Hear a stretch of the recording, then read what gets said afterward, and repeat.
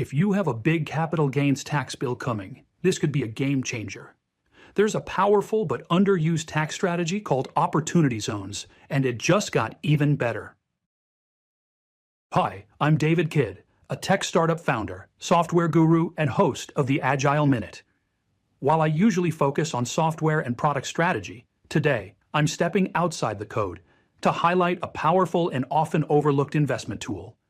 Opportunity Zones, hailed by some as the greatest tax incentive ever created, offer significant advantages for investors, and recent legislative changes have made them even more attractive. As someone always looking for smart ways to fund innovative companies, I see this as a standout opportunity worth exploring. In this video, I'm going to give you a solid overview of the new Opportunity Zone program, and then compare it to both the one it replaces and to 1031 exchanges. Opportunity Zones are specially designated geographic areas identified by the state governments under a federal mandate as needing economic revitalization. These zones were created to encourage private investment in underserved or economically distressed communities by offering substantial tax incentives. The goal is to drive long-term investment that creates jobs, supports local businesses, and improves infrastructure, while giving investors the opportunity to defer, reduce, or even eliminate capital gains taxes. If you're investing in real estate or a local business, Opportunity Zones create a unique win-win, helping communities grow while potentially maximizing your after-tax returns.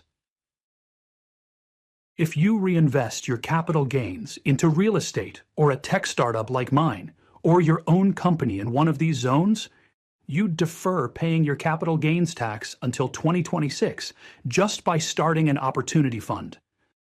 You further delay your current capital gains taxes and reduce them by 10% if you hold the investment for 5 years. And you can eliminate taxes on any new gains you earn inside the zone if you hold the investment for 10 years. Here's how it works. Let's say you just made $500,000 in capital gains. You can put that money into a qualified opportunity fund, which is just a special type of investment vehicle created to hold assets in opportunity zones. Your accountant can set this up for you. It's fairly simple. And just by starting the fund, you get a delay on paying your capital gains for up to a year. Use your qualified opportunity fund to invest in real estate or a business in an opportunity zone. That lets you delay paying taxes on your original gains that you invest for 5 years and reduces the amount you owe by 10%. And if you hold your new investment for 10 years, any appreciation on it can be 100% tax-free. That means you could double or triple your money or more and never pay capital gains tax on the growth. It's like getting rewarded for investing in communities that need revitalization while building serious wealth for yourself. This program was just made permanent under new legislation, so now is a great time to take a look. And it's not just about real estate. You can also use Opportunity Zones to invest in businesses. That could be a local restaurant, a manufacturing facility, or, as I said before, a tech startup, or even your own company. If the business you invest in creates jobs and operates locally in an opportunity zone, it can qualify, and your investment can grow tax-free over time. You do have to hold the investment for 10 years to get the full tax benefits, but this is a huge opportunity for founders and investors looking to build in emerging areas. This map highlights the officially designated opportunity zones across the Tampa area, offering a visual overview of where investors can take advantage of federal tax incentives for long-term investments. These zones, identified based on economic need, include parts of downtown Tampa, East Tampa, Ybor City, and several surrounding neighborhoods.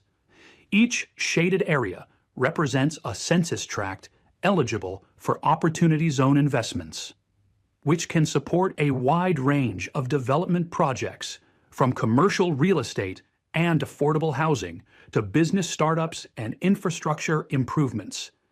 Opportunity Zones present strategic potential for both community revitalization and investor returns. Here's another example of the opportunity zones available in Charleston, South Carolina. In 2017, when the law was first established, there were a total of 8,764 opportunity zones across all 50 states, Washington, D.C., and U.S. territories. Those still stand today. In Florida alone, there are 427 of them. South Carolina has 135. The new law has some changes from the original law. First, opportunity zones in the original law passed in 2017 were set to expire at the end of 2026, a full 10 years after the law's passage. Those benefits are now permanent. Next, the tax reduction on your original capital gains invested was set to be reduced by 10% if you held the investment for 5 years, and by 15% if you held the investment for 7 years. Under the new law, the 7-year reduction has been eliminated. There is only the 5-year 10% reduction. Next, the zones that were established in 2017 will be reevaluated at the end of 2026. This means some zones will fall off and will no longer be eligible for the Opportunity Zone tax benefit. Next, the eligibility rules for Opportunity Zones are changing. As an example, previously the rule was that the zone had to have an average family median income that was less than 80% of both the metro area and state median family income. Going forward, that will be reduced to 70%. I will discuss more on this in a few minutes. Next, the reporting requirements are getting a bit more stringent. You will be required to file a fund report each year. Finally, the anti-abuse rules were practically non-existent in the original law. There will be stronger enforcement going forward, including 1. Clearer definitions and restrictions to prevent misuse, like using funds for luxury that don't benefit the surrounding low-income community. 2. Public transparency, with the Treasury publishing data on Opportunity Zone investments and their outcomes. And 3. IRS audits and penalties for funds that don't comply with the rules or fail to meet eligibility criteria. Now let's discuss the upcoming changes to how Opportunity Zones will be determined going forward.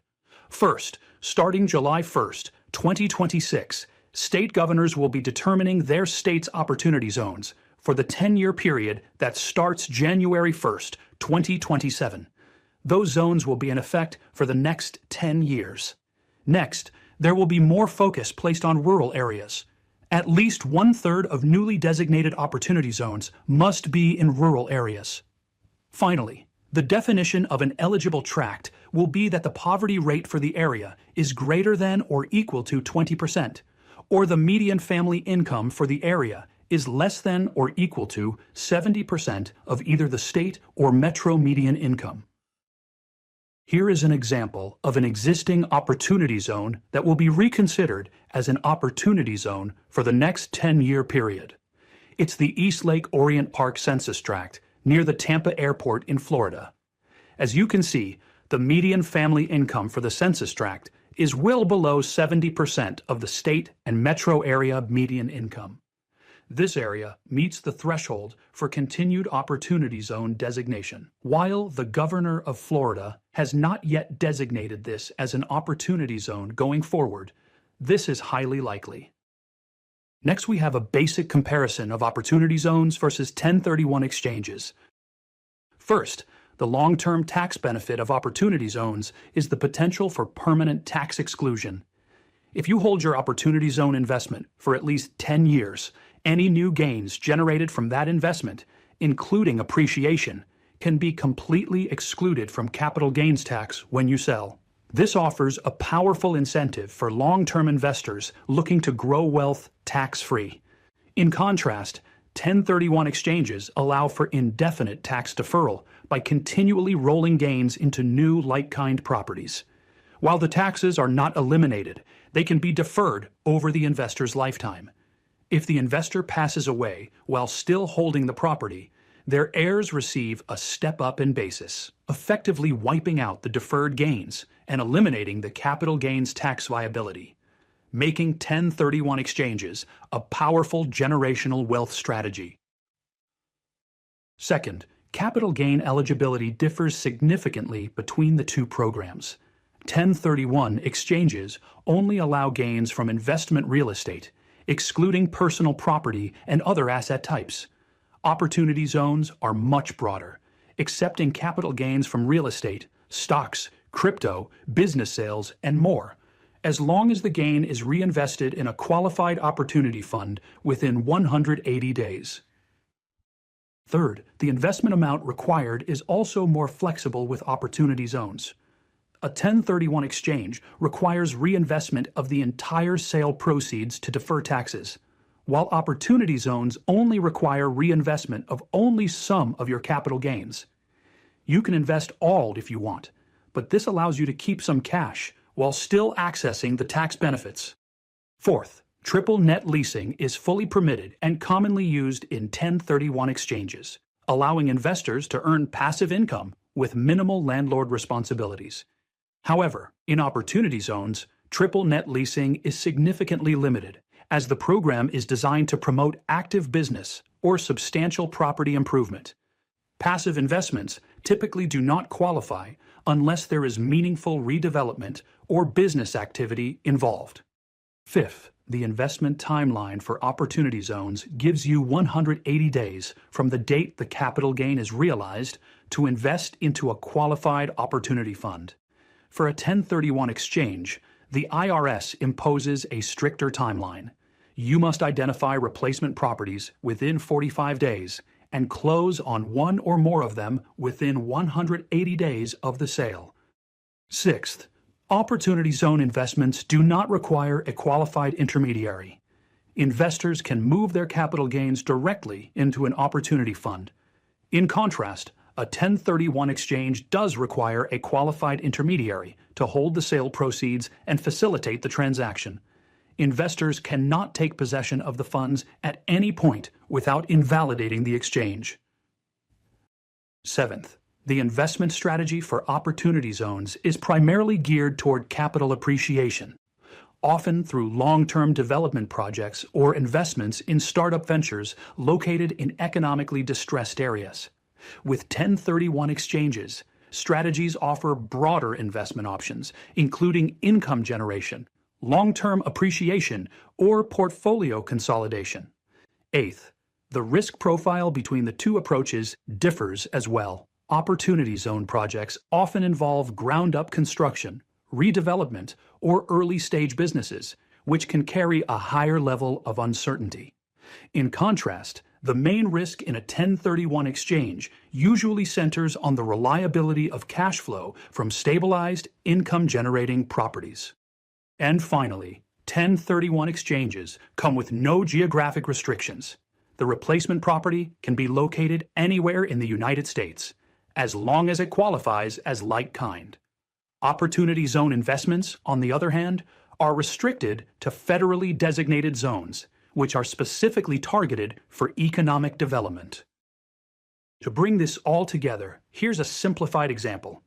I'll use my own tech startup to illustrate, but this strategy applies equally well to investments in other businesses or real estate, so long as the investment is located within a designated opportunity zone.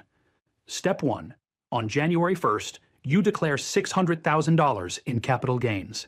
You decide to retain $100,000 and pay capital gains tax on that amount for the current year.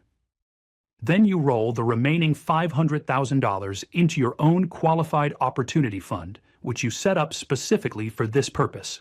Step 3. On March 30th, your qualified opportunity fund invests the $500,000 into Agility Ventures, a new tech startup headquartered in a certified opportunity zone. Step 4. After 5 years, you're required to recognize $450,000 of the original $500,000 in deferred gains. But thanks to a 10% reduction for holding the investment at least 5 years, the other $50,000 is tax-free. Step 5. After another 5 years, which is 10 years from the original investment date, Agility Ventures has grown significantly. your initial $500,000 investment is now worth $50 million. You sell your shares and under current law owe zero capital gains tax on the $49.5 million in appreciation. This is why opportunity zones are often referred to as the greatest tax incentive ever created. And while investment outcomes are never guaranteed, if your investment does appreciate, the potential tax savings can be extraordinary. If you've got capital gains this year and aren't sure what to do next, opportunity zones are worth a serious look. They're not for everyone, but if you qualify, they offer some of the most powerful tax incentives available today. This is just a quick look at opportunity zones. There is more to it. Remember, this is an informational video. It's not official investment advice, and I'm not a registered financial advisor. Please discuss this with your accountant before trying to move forward to create an opportunity fund. To wrap up, opportunity zones have recently been made a permanent part of the U.S. tax code, making now an ideal time to explore them as a powerful investment vehicle for maximizing tax advantages. If you have questions on opportunity zones or have an interest in my AI tech startup, Agility Ventures, see my LinkedIn profile or email me at dkid@agility.ventures. If you email me, be sure to spell agility with an AI, so it's aigility.ventures. I'm David Kidd. Thanks for watching.